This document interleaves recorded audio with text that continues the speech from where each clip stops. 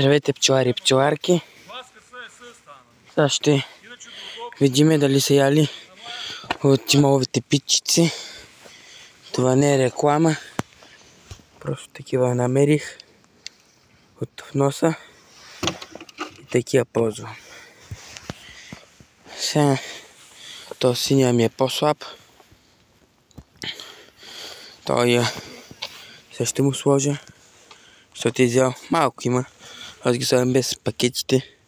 Те там да ми ги улижат. Жилъче има. И този кошер няма. Ма мъничко.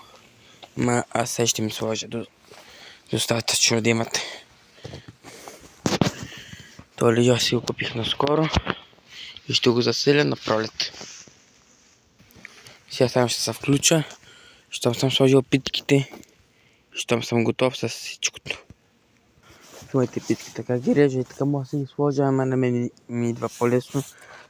Да мана пакова и без пакова да ги сложа. Защото ми ги ядат майче по-бързо, така че съм се го забелязал от личен опит. Ядат си ги по-бързо, защото пчелите си имат от всякъде достъп. Това е семейството отдолу.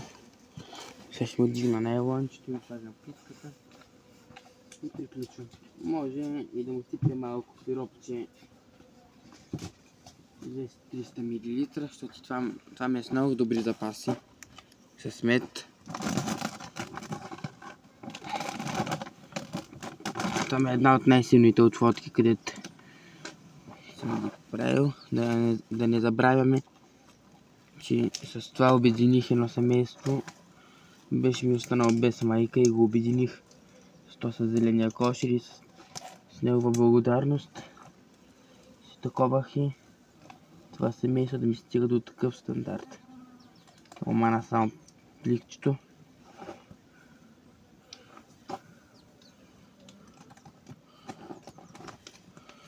Да.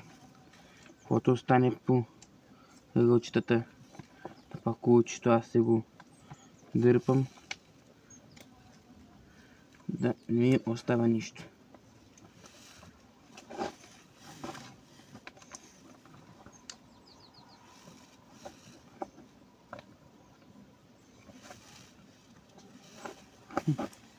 Това е.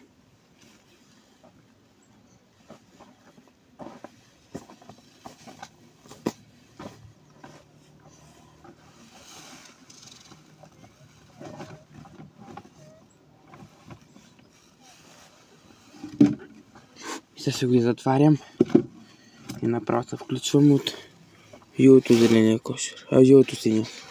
Обърках се. Само да му сипя по малко сиропче.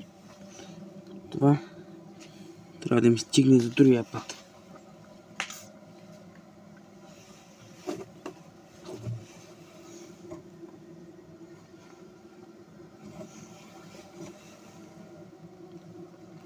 Аз сипвам с бутилката, защото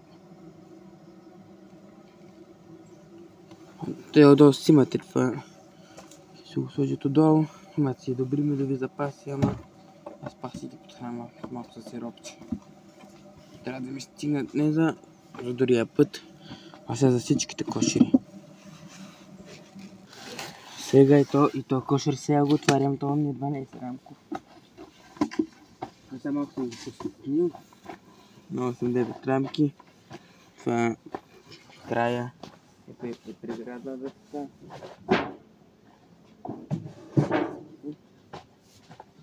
Сега, да ги завием както трябва, да има добре.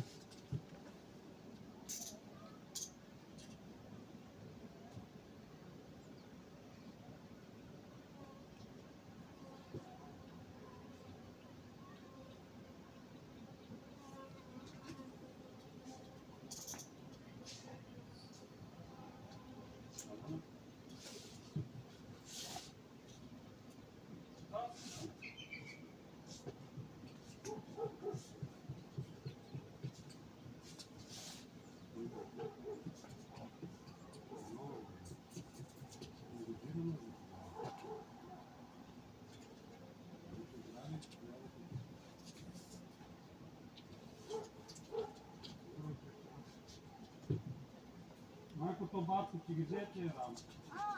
Виж колко цигари е тук. Ама къде ми е отнесъл следната? Сега следно надолу. Това си виж телефона. Да, леките ви. Сега. Само да мана нейлончето. Няма го дигаме с цяло. И то кошер ми е супер. Това е тази годишна отводка. Съм много доволен от тях. Сега само да ме иззимуват. И с нетърпение ще посрещнем пролетата заедно.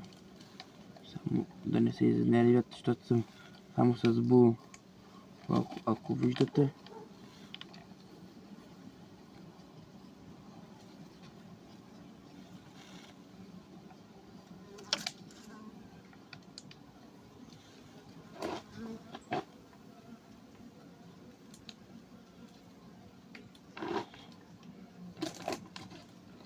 Тези пчелички малко се изнервиха със сигурност, защото ги усещам.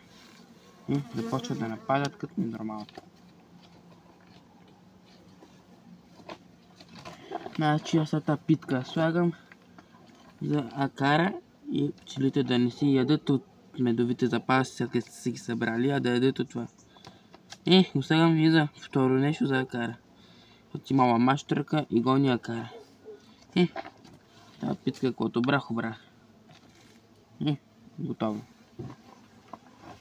Те кошери, където си имат питки. Тях не съм ги барал.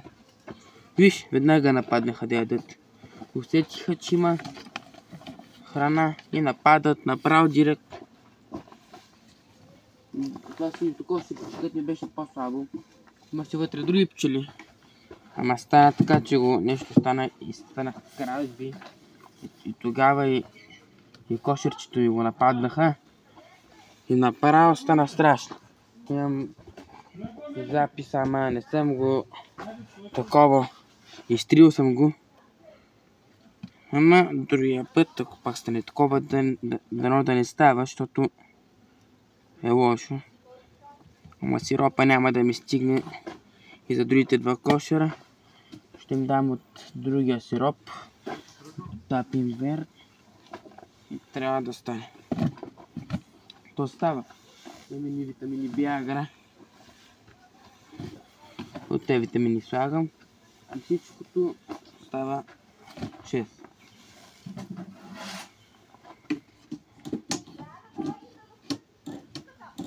Абонирайте се за канала. Харесайте видеото. И ще направя клип за запасите. Довиждане. До скоро.